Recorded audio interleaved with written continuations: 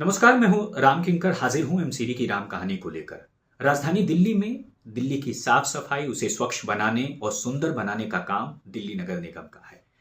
इस बार जब आम आदमी पार्टी 2025 के विधानसभा चुनाव में सिर्फ 22 सीटों पर सिमट कर रह गई, तब अधिकतर पार्षदों से जब मैंने बात की, दबी जुबान में ही सही, उन्होंने इस चीज को माना कि ये बात सच साबित हुई कि एमसीडी में जिसका शासन होता है, दिल्ली सरकार में उसका शासन चला जाता है। यानी 2022 में जब से एमसीडी में तकरीबन इस बात को 3 साल हो गए, दिल्ली नगर निगम में आम आदमी पार्टी का शासन है, तो 2022 के विधानसभा चुनाव में जो जनादेश है उसके पक्ष में नहीं गया। और ऐसा इसलिए इसे एक मिथक कह सकते हैं। इस बात का कोई ऐसी परंपरा रही है, ऐसा माना जाता है, और चूंकि रिजल्ट कुछ ऐसा ही मिलता है, लिहाजा इस कॉन्सेप्शन को या ये कहें कि इस धारणा को प्रबल रूप से सभी स्वीकार करने लगे हैं, खासकर वो जो खुद सत्ता में हैं। लेकिन इसकी कोई जांच के आधार पर मैं ये बात नहीं कह रहा हूं कि ऐसा ही होता है कि जिसकी निगम में सरकार होती है उसकी दिल्ली में सरकार नहीं बन पाती, यानी कोई साइंटिफिक तौर पर इसकी जांच नहीं की जा सकती। लेकिन आज ये बताने के लिए मैं आपके सामने नहीं हुआ हूं। दरअसल मैं हाजिर हूं आपको ये बताने के लिए कि राजधानी दिल्ली में जिस तरह से दिल्ली नगर निगम में नेता विपक्ष राजा इकबाल ने बजट का भाषण पढ़ते हुए साफ तौर पर कहा कि निगम के खर्चे कम करेंगे और निगम को भ्रष्टाचार से मुक्त कराएंगे, और साथ ही साथ निगम की बेहतरी के लिए काम करेंगे। ये बजट भाषण वो पढ़ ही रहे थे कि उससे पहले ही सभा स्थगित हो गई। हालांकि एक बात उन्होंने जोर देकर कहा, जब निगम में अप्रैल में मेयर का चुनाव होगा तो महापौर बीजेपी का होगा।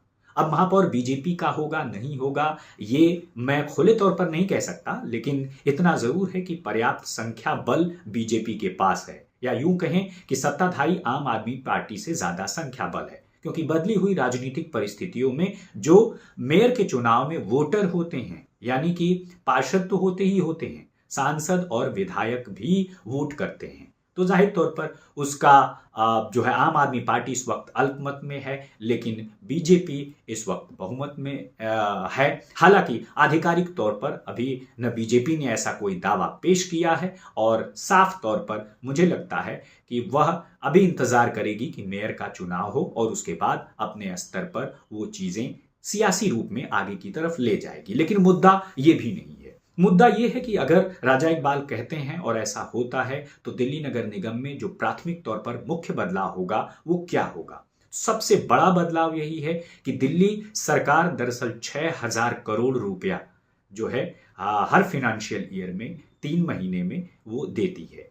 तो साफ तौर पर पहली किश्त जो है 6,000 करोड़ की इंस्टॉलमेंट में 25% दिया जाता है, जो कि अप्रैल की शुरुआत में ही दे दिया जाना चाहिए। लेकिन अब तक चूंकि आम आदमी पार्टी बीजेपी विपक्ष में है और केंद्र में जो है बीजेपी की सरकार है, लेकिन यहां पर निगम में आम आदमी पार्टी का शासन है, तो बीजेपी विपक्ष में थी उस वक्त, यानी जब तक विधानसभा चुनाव नहीं हुए थे। लेकिन अब जो है उल्टा समीकरण हो गया, यानी अब दिल्ली सरकार और आम आदमी पार्टी के बीच में जो झगड़ा होता था वो नहीं होगा। ये पहला फायदा होगा अगर बीजेपी का मेयर होता है तो। दूसरा, एलजी से जो हर बात पर तकरार होती थी वो भी नहीं होगी, और ज्यादातर जो फाइलों का मूवमेंट होगा दिल्ली नगर निगम से चलकर वह सीधे तौर पर ठीक ठाक होगा। यानी पहली किश्त 3 महीने की अप्रैल में मिल जानी थी, लेकिन अब तक ये परंपरा रही है कि यह हद से हद जाकर कभी मिलती नहीं, और जब मिलती है तो जुलाई में जाकर मिलती है।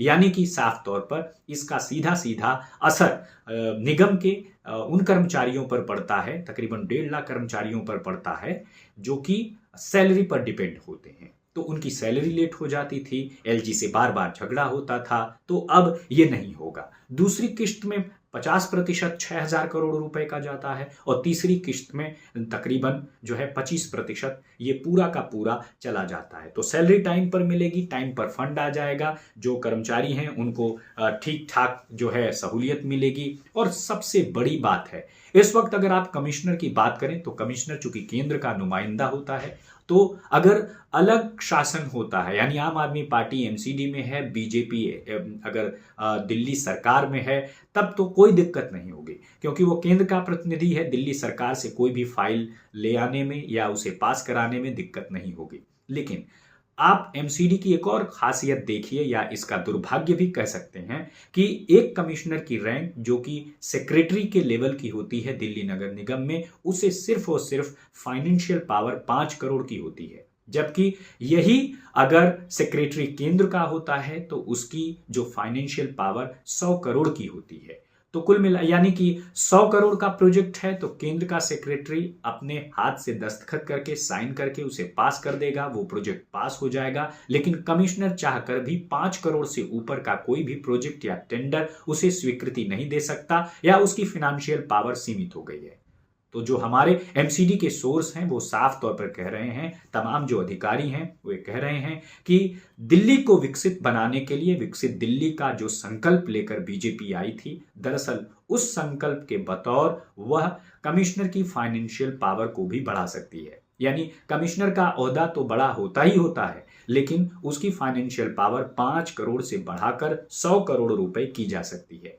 और सबसे बड़ी बात देखिए, 2022 में चुनाव हुआ और चुनाव से ठीक पहले, मुझे याद है जुलाई का महीना है, जब दिल्ली नगर निगम अलग अलग था लेकिन उसे बना करके एक कर दिया गया, और उसी एक दिल्ली नगर निगम में आगे बढ़ते हुए 2022 में जब विधानसभा चुनाव हुए तो 134 सीटें जीतकर आम आदमी पार्टी सबसे बड़ी पार्टी साबित हुई। विपक्ष में 104 सीटें जीतकर बीजेपी बैठी और कांग्रेस के 9 पार्षद चुनाव जीते। बाद में बहुत सारे पार्षद इधर उधर आए और अब ये आंकड़ा ये है 116 यानी बीजेपी और आम आदमी पार्टी बराबर बराबर नंबर पर आ चुके हैं। कांग्रेस के अपने उसके पार्षद तकरीबन 8 की संख्या में हैं, क्योंकि एक पार्षद ने जो है आम आदमी पार्टी ज्वाइन कर ली थी विधानसभा चुनाव के पहले। तो कुल मिलाकर के ये माना जा रहा है कि सबसे बड़ी जो दिक्कत है वो है स्टैंडिंग कमेटी का न बन पाना, जो कि 3 साल से लगातार कोर्ट में फंसी हुई है मामला,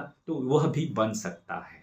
तो कुल मिलाकर के एलजी से झगड़े का खत्म होना, कमिश्नर की फाइनेंशियल पावर का बढ़ जाना, स्टैंडिंग कमेटी पावरफुल कमेटी का बन जाना, आम आदमी पार्टी का विपक्ष में चले जाना और सत्ता पक्ष में बीजेपी का आना, तो ये सारी चीजें हैं जो दिखाती हैं कि ये सब मिल करके राजधानी दिल्ली को कम से कम बेसिक ट्रिपल इंजन का जो स्वरूप है वो देंगी। तो क्या कमिश्नर 5 करोड़ वाले क्लब से निकलकर 100 करोड़ वाले क्लब में चले जाएंगे?